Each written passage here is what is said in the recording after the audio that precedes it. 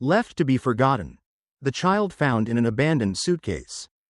The low hum of Denver International Airport echoed through the cavernous baggage claim area, the familiar symphony of wheels clattering across tile floors. Distant announcements crackling over the intercom, and the soft murmur of travelers lost in their own hurried worlds. Jack Harper moved through the crowd with steady purpose, his sharp eyes sweeping over the sea of faces and luggage carts.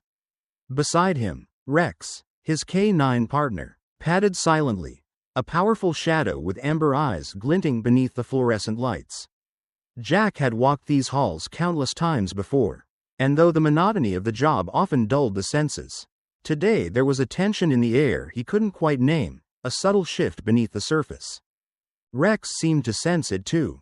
The German shepherd's ears flicked forward, his muscular body taut beneath his harness.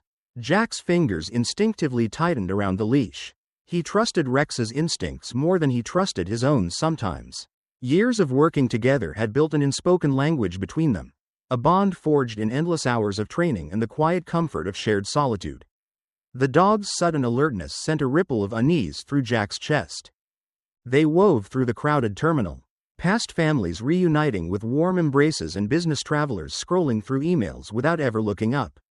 The world kept moving, but Rex's nose twitched, pulling them toward the far edge of the room, toward a lonely, forgotten corner by an out-of-service baggage carousel. The fluorescent lights flickered overhead, casting jagged shadows across the cracked tile floor. That's when Rex froze. His ears shot forward, his body rigid. A low growl rumbled in his chest, a warning. Jack's pulse quickened. He scanned the area, trying to see what the dog had locked onto. At first, there was nothing, just a scuffed, battered suitcase, the kind that had seen too many miles. Its fabric worn thin at the edges. It sat alone, pushed against the wall as if someone had left it behind in a rush. Jack's instincts urged him to dismiss it, another piece of lost luggage among thousands. But Rex didn't move. Instead, the dog's growl sharpened into a sharp bark that echoed across the room, cutting through the background noise like a knife.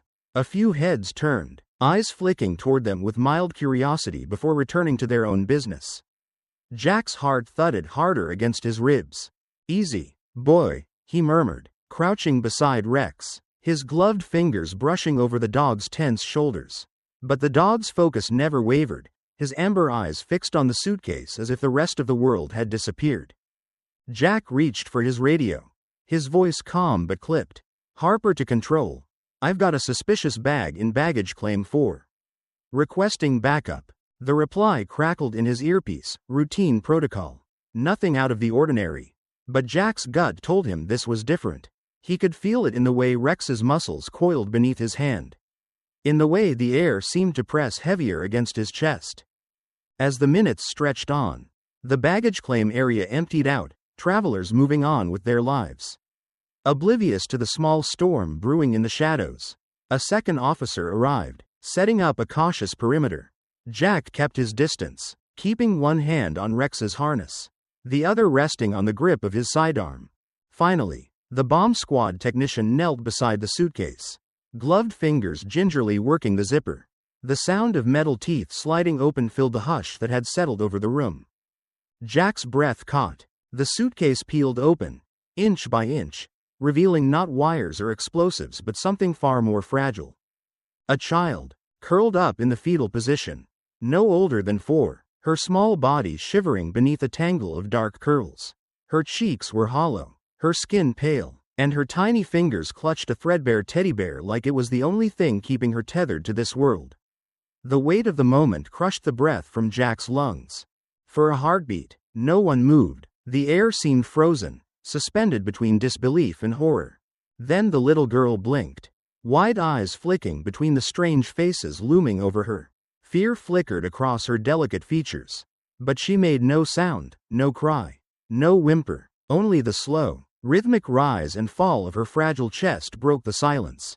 Jack's heart clenched. Memories he had buried years ago surged to the surface, the echo of his own daughter's laughter, the feel of her small hand wrapped around his finger. He swallowed hard, forcing the grief back down where it belonged. This wasn't his little girl. But in that moment, the line between past and present blurred. He knelt slowly, his voice low and steady. "Hey there, sweetheart. You're safe now." The girl's wide eyes locked onto his. For a second, she seemed to shrink further into the suitcase, her arms wrapping tighter around the battered teddy bear. Jack's throat tightened, but he stayed where he was, patient, gentle. The room around them faded away. Behind him, the officers murmured into radios, calling for paramedics and child services. But Jack barely heard them. All he saw was the small, frightened child, lost and forgotten in a world too cruel to care. Rex sat quietly beside him, his watchful eyes never leaving the girl. Slowly, carefully, Jack extended his hand, palm up, fingers steady. "You're safe," he whispered again. "I promise." For a long moment, the little girl didn't move. Then, with a hesitation so fragile it made Jack's chest ache, she reached out, her tiny fingers brushing against his calloused hand. Jack's heart broke and mended all at once. He didn't know who she was. He didn't know where she had come from or what horrors had led her here. But in that instant, one thing became painfully clear: he would do whatever it took to protect her.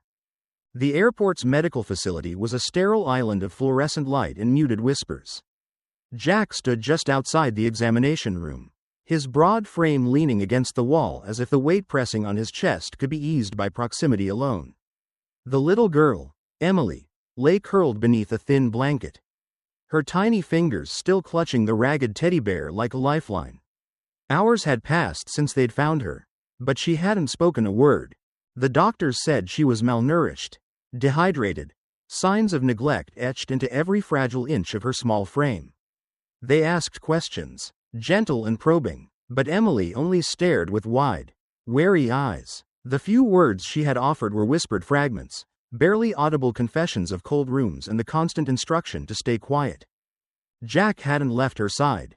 He'd seen too much darkness in his life to ignore the flicker of fear buried beneath her silence. Every instinct in him screamed to protect her, a fierce, aching need that gnawed at the edges of his composure. She was a mystery wrapped in layers of trauma, and the more time he spent watching her, the more the shadows of his own past stirred beneath the surface. When the social worker arrived, clipboard in hand, Jack's jaw clenched. Procedures would be followed, reports filed, but the thought of Emily being shuffled into the cold machinery of the system made something raw tighten in his chest. Without fully understanding why, Jack found himself speaking before he'd even made the decision. "I'll take her." The days that followed unfolded in fragile, uncertain steps. Emily had come into Jack's life like a whisper, small and scared, with shadows clinging to her every movement.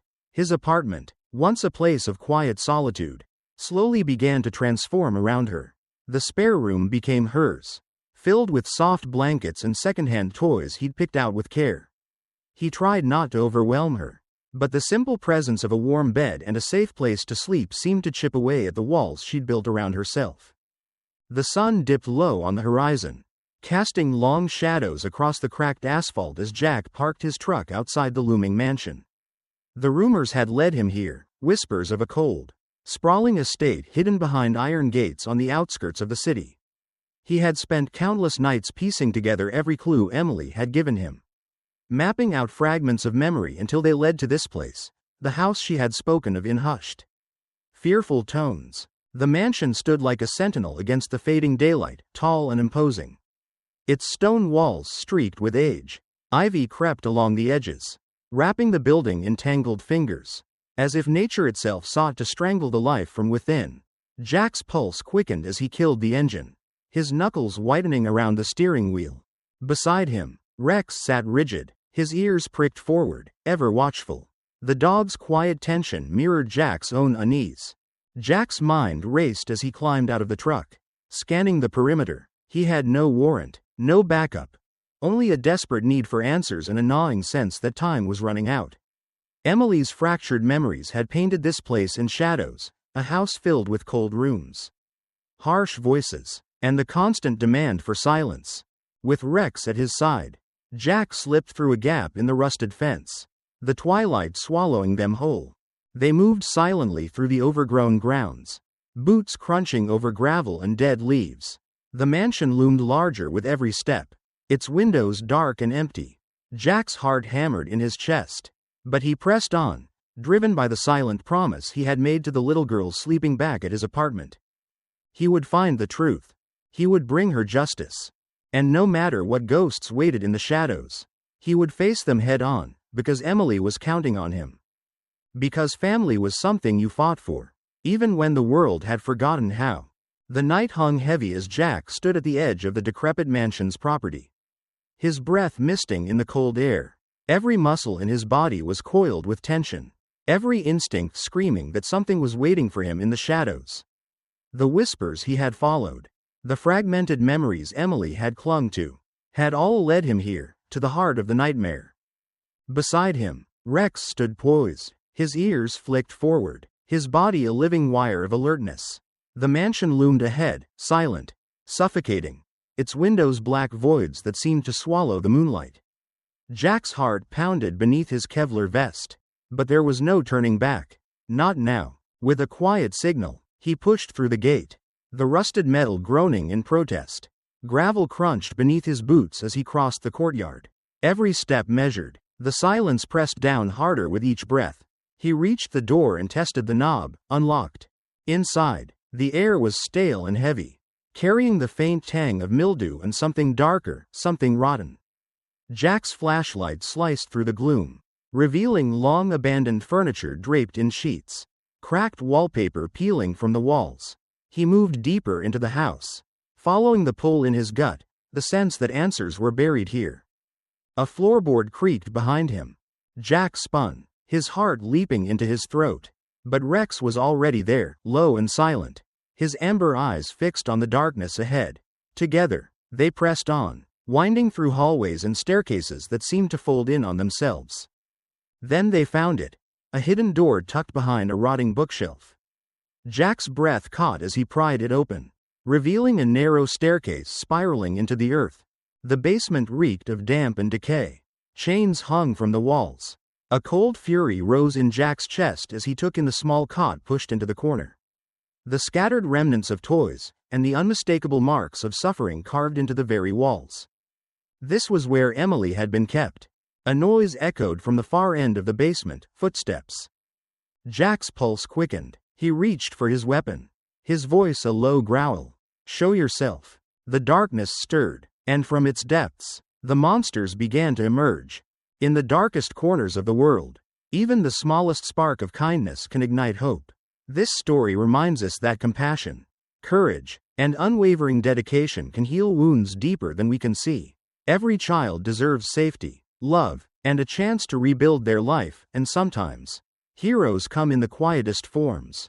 If this story touched your heart, please support us by subscribing to our channel. Your encouragement helps us continue sharing meaningful stories that inspire kindness and hope. Thank you for being part of our journey.